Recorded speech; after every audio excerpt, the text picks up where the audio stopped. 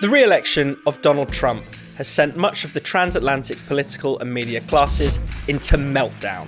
Look what happened, is this crazy? Pundits who confidently predicted a Kamala Harris win are once again being confronted with how wrong they are about everything. I think Kamala Harris will win comfortably.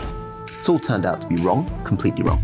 There was a lot of wishful thinking, both of us, I think. Meanwhile, technocratic establishment politicians who had desperately been hoping that the American public would do what they were told and return the Democrats to power are now facing the prospect of having to do business with a man they secretly, and in some cases not so secretly, loathe. Perhaps none will be more crestfallen than Britain's own David Lammy. Lammy, the UK's hapless Foreign Secretary, has been battling with a particularly nasty case of Trump Derangement Syndrome for some years now. In 2017, during Trump's first term as president, preparations were being made for his state visit to the UK.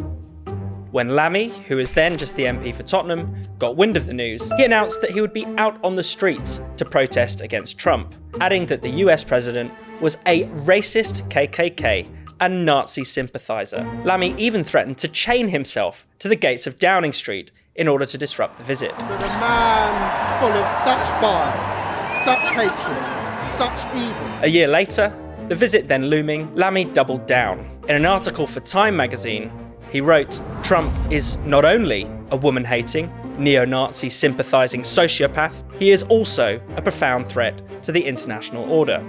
Of course, you don't need to be a signed-up Trumpist to realise that this portrayal of Trump was absurd and hysterical. And now Lammy is being forced to hastily eat his words. During Prime Minister's questions in the House of Commons last week, Conservative Party leader Kemi Badenoch made the government benches squirm simply by repeating Lammy's words back to him. In September, UK Prime Minister Keir Starmer had dinner with Trump in New York and invited Lammy along in an attempt to smooth things over. Oh, to have been a fly on the wall in that restaurant. Now, when he was just an MP, Lammy was under no obligation to be diplomatic towards the US president. He had every right to criticise Trump, his policies, or his character. The problem is, Lammy wasn't merely critical of Trump, he was deranged about Trump. As Badenoch put it in the House of Commons, this was student politics, an infantile temper tantrum, unbecoming of any grown adult, let alone an actual member of parliament. All of this begs the question, why is Lammy like this? He certainly has a long track record of putting his foot in it, with a history of some spectacular gaffes. Who could forget his appearance on the TV quiz show Celebrity Mastermind in 2003, when he said Henry VII succeeded Henry VIII. Henry VII. Edward VI. Marie Antoinette won a Nobel Prize for her research in radiation. Antoinette. Curie. And red Leicester was a variety of blue cheese. Leicester. Stilton. Then there was his appearance on BBC News, on a London street corner, where Lammy bemoaned the demise of neighbourhood policing, adding that he hadn't seen any police on the streets that day. We haven't seen a police while I've been here, and I've been here for a little while. All the while, a police officer in bright high-vis could be seen standing a short distance behind him. Neighbourhood policing has vanished. More recently, Lammy gave a pompous identitarian speech at the UN, declaring, I stand here also as a black man. He was seated at the time.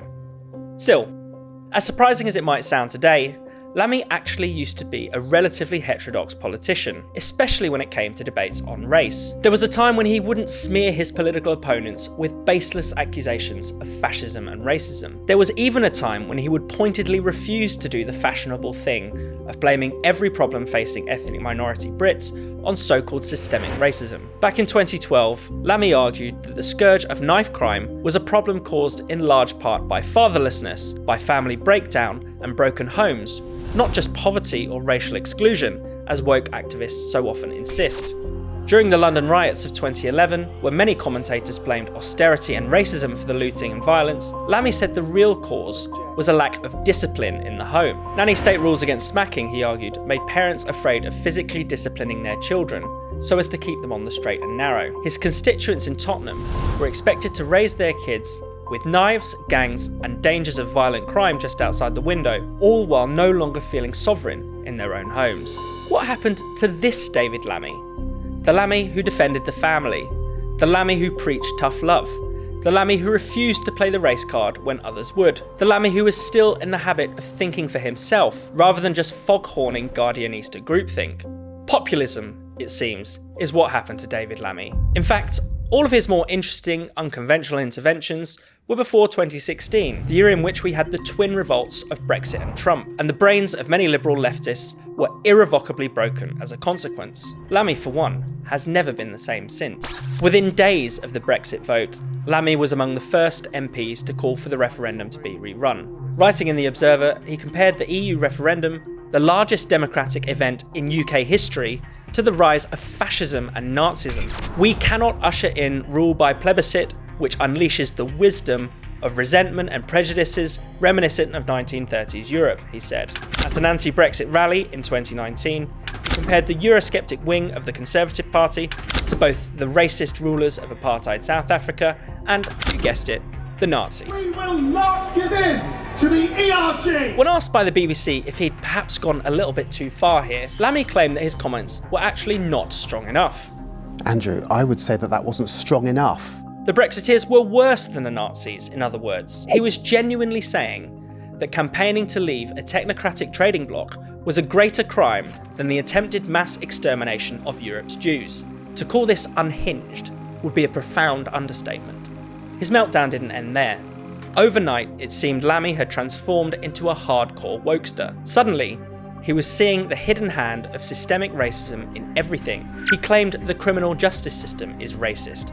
Football is racist. Universities are racist. The coronavirus is racist. Climate change is racist. This intense racial paranoia led him to claim, entirely baselessly, that the death toll from the 2017 Grenfell Tower tragedy, in which many of those who lost their lives were immigrants or from ethnic minorities, had been covered up by the authorities. Later on, amid the global Black Lives Matter uprisings in 2020, Lammy bafflingly declared that George Floyd could have been me.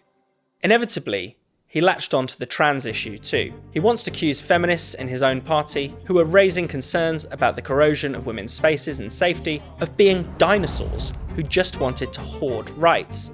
He also once suggested that a man could grow a cervix if given the right hormones and procedures. Is it transphobic to say only women have a cervix, David? The cervix, I understand, is something that you can have following various procedures.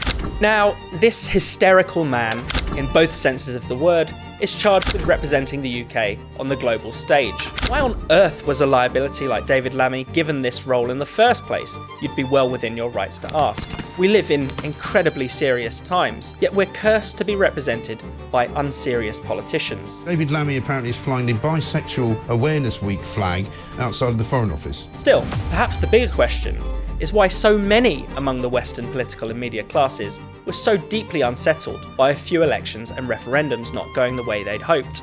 Populism, the public desire to hit back against an out-of-touch establishment and demand more democratic clout, led loads of them to lose their minds, to embrace insane identitarian ideas, and to smear everyone who disagreed with them as fascists. Autocracy definitely feels imminent. These past 8 years have shown us that many among our elites are not nearly as impressive, cool-headed, or sensible as they had led us to believe. David Lammy, bless him, is just one of the more comical examples.